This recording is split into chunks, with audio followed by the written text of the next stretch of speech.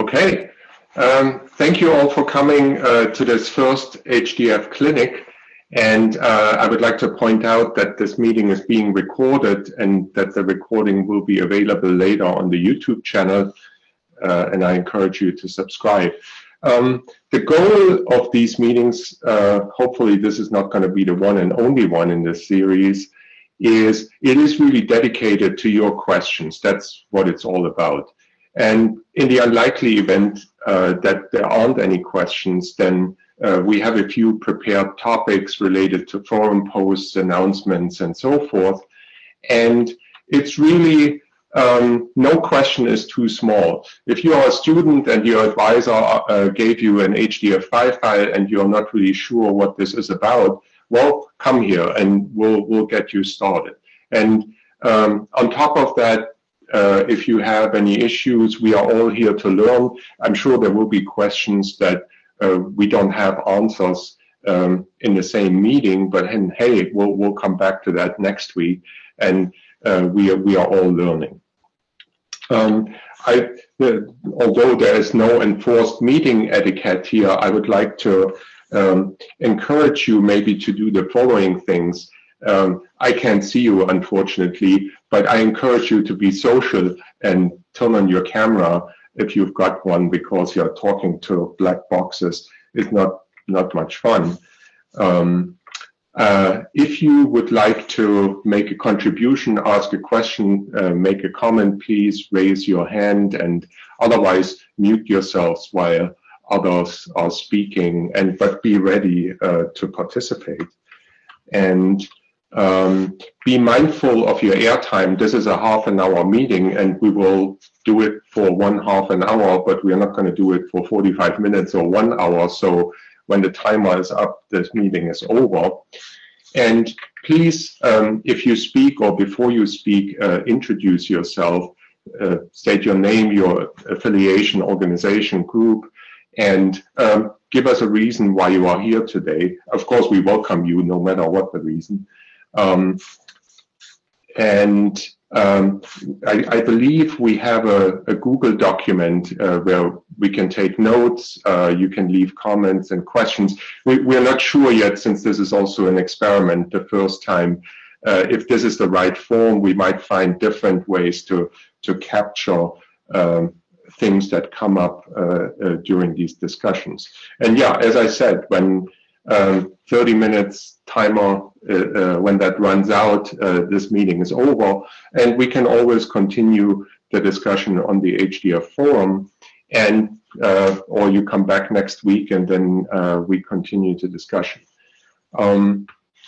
I have a few prepared notes, but hey, this is about your questions, and feel free to ask a question. Now is the time.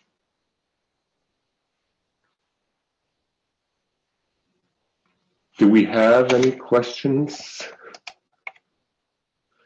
I see. How do I see if someone raises their hand?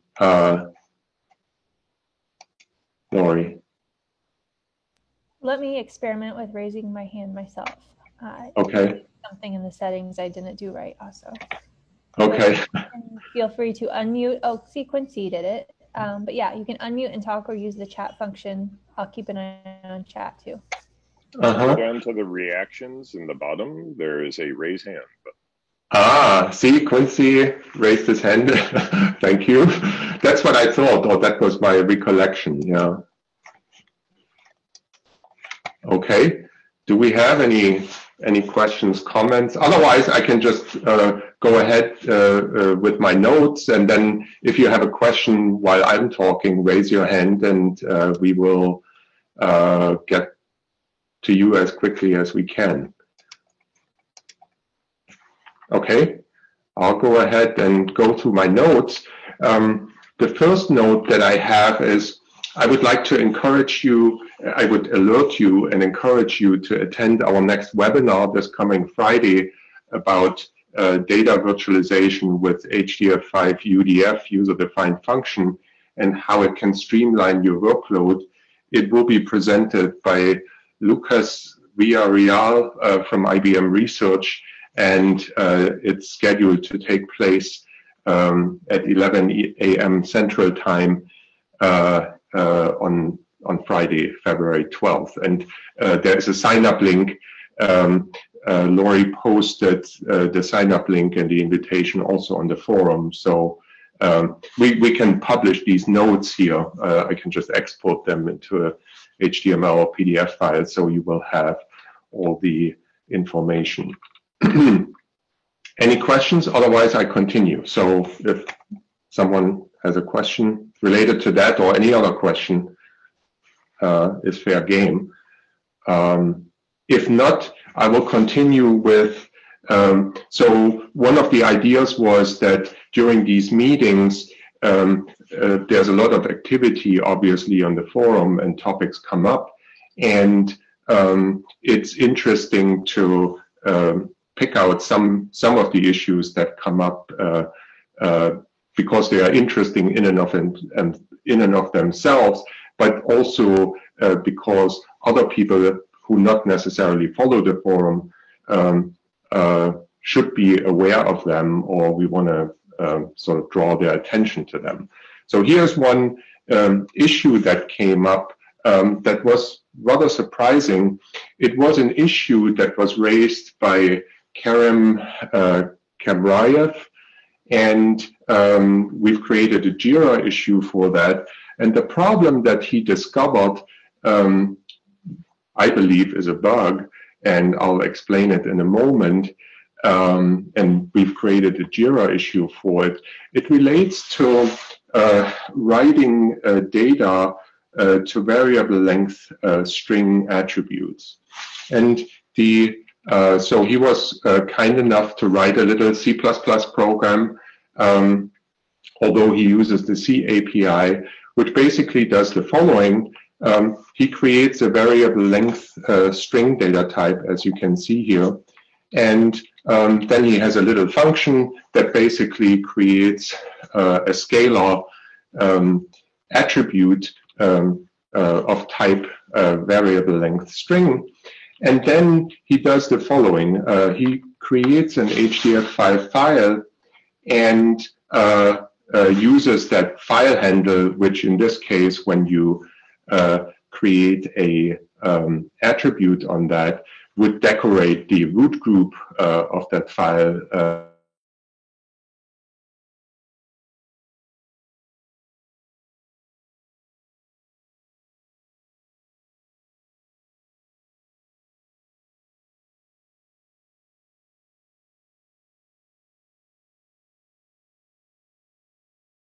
that we think is erroneous. If the file exists, we just open the file, and then depending on which piece of the code we compile, but again, the behavior is identical, we delete that attribute that we created when we opened that file previously, and just create the same attribute again. Or this is just sort of a macro here to conditionally compile one or the other. Or we might say, well, no, we are not going to delete the attribute. We will just rewrite it. So, albeit the value that's there already, just rewrite it. And so here is that little character, a string. It's a UTF-8. We will use UTF-8 encoding, as you can see here. And we just write that attribute, and then we basically just print the size of the file, and then close our handles and go home. And that actually shows some interesting behavior. So I have that file here. I called it foo. So this is the program that we were just looking at. And so if we compile that and run it, I have to make sure that that file doesn't exist. No, it doesn't seem to exist. So it's just going to be a.out.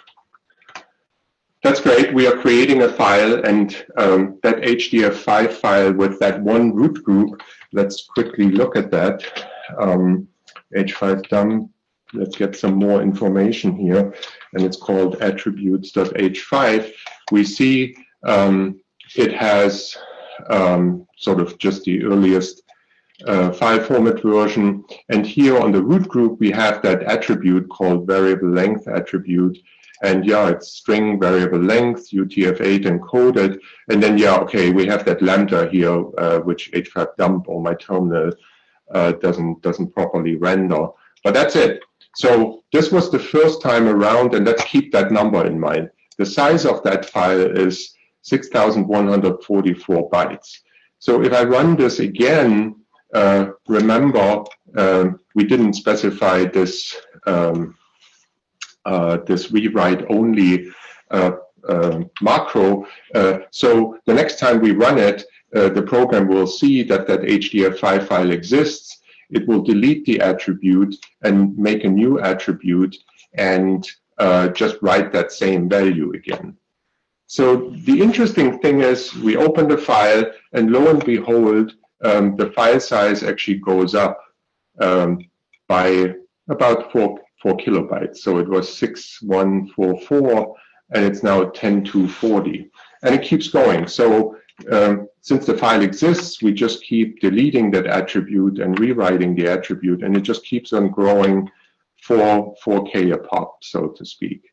And you might say, well, maybe we are doing something here where in pre-110, because the free space management changed in version 110, okay, this is an attribute, not a data set.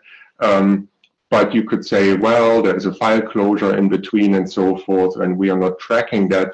But that's not really the issue here. And of course, we are dealing with a variable length string. You can then start talking about, well, what happens if we use a fixed size element type like an integer and so forth. And yes, I can tell you, this does not happen with fixed size data types. Nevertheless, if I quickly recompile that program and specify that macro that says rewrite only, so in that case, was that the right name? Yeah, rewrite only. In that case, we are not deleting the attribute, we are merely rewriting the exact same value over and over again. What we see is, okay, our initial file size, 6,144 bytes, we run it again, but again, we don't delete the attribute, we just rewrite it, and we are rewriting the exact same value. We still see this growth in file, which shouldn't be there. Which to me indicates some kind of leakage in the allocation in the file.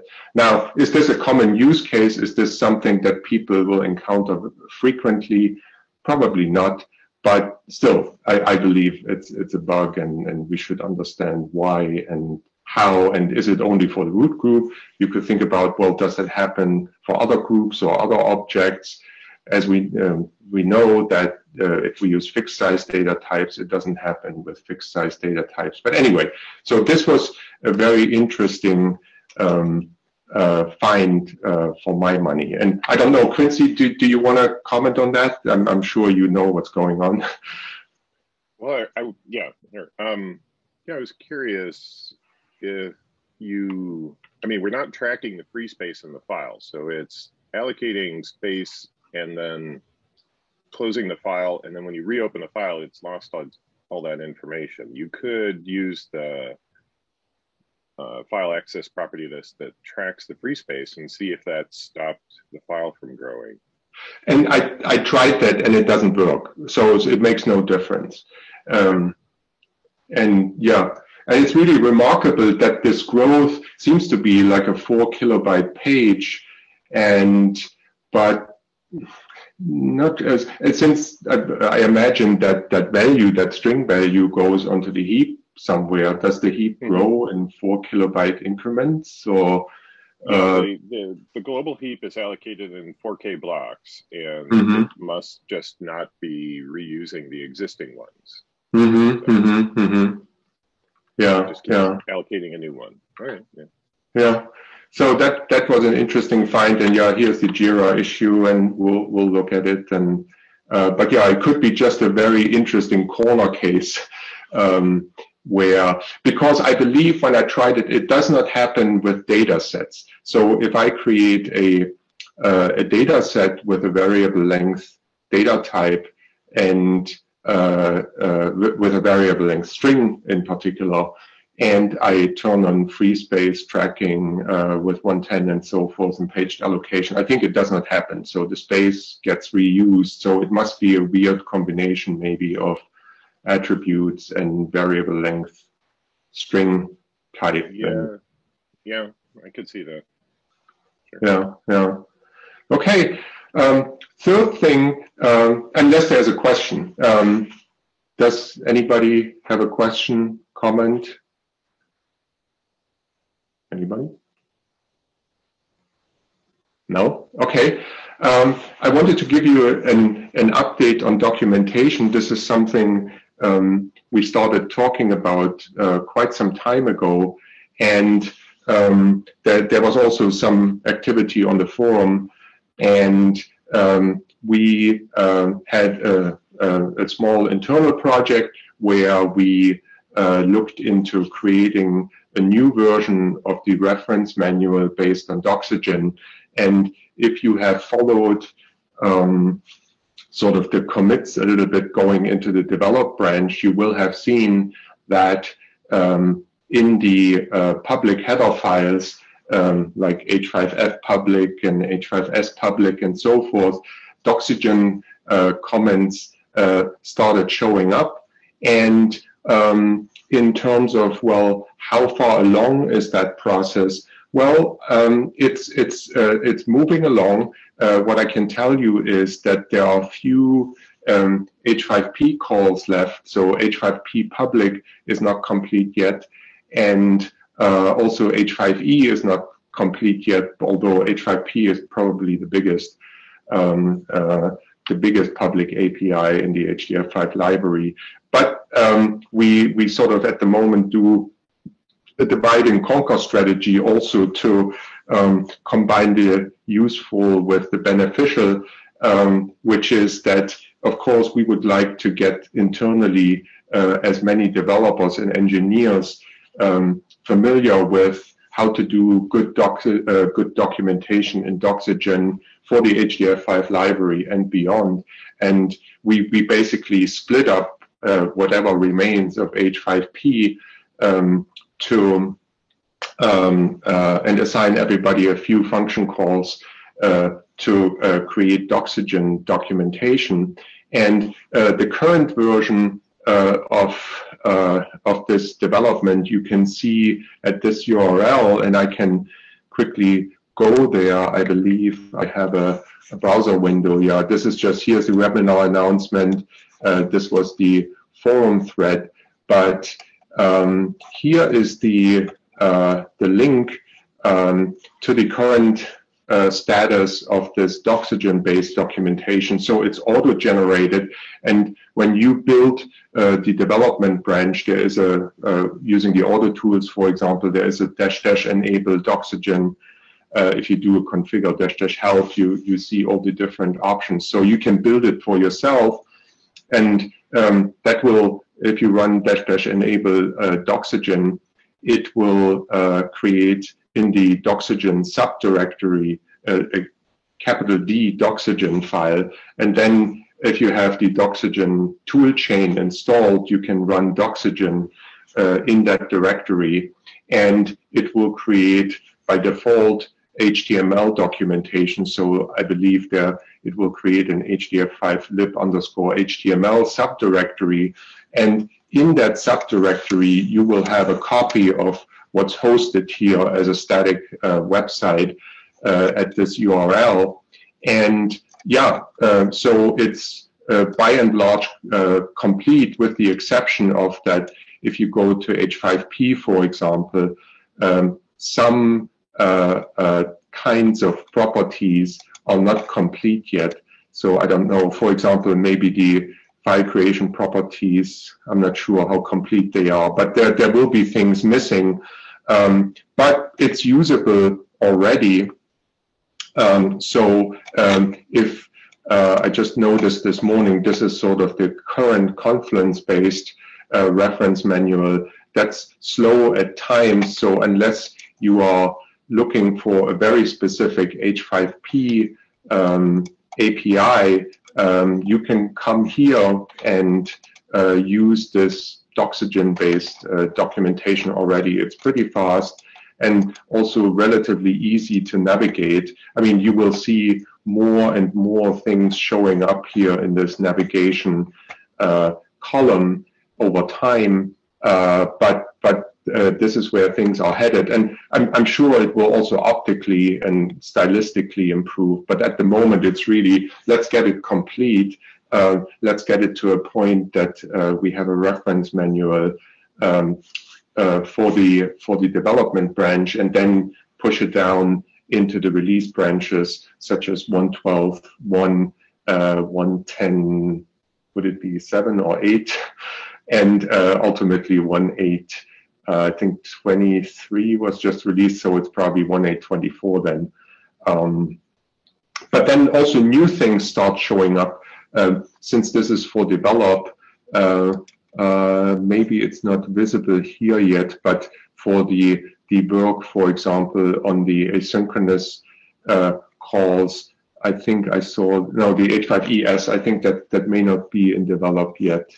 But yeah, so the latest and greatest things will show up here. So this is also at this URL /develop. So I imagine there will be a /110, a /18, a /112, and so forth going forward. Okay. Any other questions? That's what I wanted to say about documentation, but are there other questions about documentation or anything else? Hey, Garen. I was curious where the user, what the plans are like for the user manual side of things. Yeah, I don't know. I'm not aware of any plans, but that doesn't mean that there aren't any. I think there is a strong emphasis maybe on sort of a more cookbook style. A user's guide, I don't know if there's a strict definition. I mean, we have an old user's guide, number one. Is that user's guide necessary is some kind of user's guide necessary going forward? Yes, I think absolutely. Was the user's guide, the old user's guide by now, the right form, or if we were to redo it, would we do it in this form? To be discussed with beneficiaries of this user's guide. But I think there was people expressed more of a desire for something like a cookbook, where you can, if you think of in the O'Reilly series, there's probably a cookbook for anything. And I think this task-oriented way of approaching things, solving problems. People are dealt an HDF5 file who may never have heard anything about it, or just sort of a vague idea of what it is, and they have a task. They want to do something, extract data, add something to it, navigate it, investigate it, and for that type of audience, maybe a traditional user's guide would not be the go-to place. Maybe it would be more this type of a cookbook style thing, where it's hopefully organized in a very accessible way, where they quickly find their way around. And let's say they want to extract some data. So there should be a section in that cookbook. How do I extract data from a data set, from an HDF5 file in bulk, and then also put a strong emphasis on tools and the ecosystem. The ecosystem in the sense that, yeah, the language bindings and modules that are out there in Python and Julia and C++, in R and so forth, that those are tools that people might be using anyway. So they would be very comfortable writing a small script in R or something like that. And I think, yeah, maybe the user's guide, I think, is definitely important for people who might want to learn HDF5 sort of to embark on a learning path. Whereas there is this other group of people, I think, also that really just, they have a task, they have to get it done, they don't have time to get onto that learning train at this point in time. They just want to get stuff done. And for them, maybe the cookbook would be a more suitable thing. And maybe priority-wise, it's also that, yeah, this type of a cookbook is more important to a lot of people out there. But that was a very long-winded answer to your question, I hope. No, I think that's really valuable. Thanks. Mm-hmm. Okay, my reminder just popped up that we have about 3 minutes left. And are there any other questions? If there aren't, so are there any other questions, number one? If there aren't, I would be interested to hear. In a way, I'm glad that, well, we announced this kind of late, and we don't know if it will generate more interest going forward from here. But this type of event clinic, is this something people think is useful going forward? Just sort of this, the intention is not to extend this or to turn this in. It's really, you have a question. Again, you could be a student, you could be a researcher, you could be anything. You just have a question and you need that little piece of information, that little clue, somebody giving you a hint or a tip, or and then that gets you going. And maybe you never come back, and that would be okay. But it's really sort of a clinic to help you to get over the hump. Is that useful, or do you think, nah, maybe that's not going to be that popular? And time-wise, of course, I think the idea here was to also maybe appeal to an audience in Europe. So we have to find a middle ground somewhere. Of course, it's a little tough on the folks on the West Coast, but yeah, we'll see. We can certainly adjust that.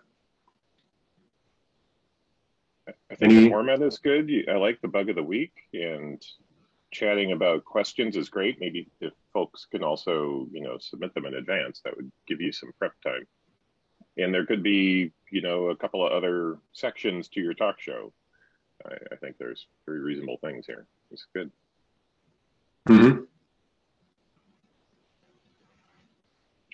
Any other thoughts, comments?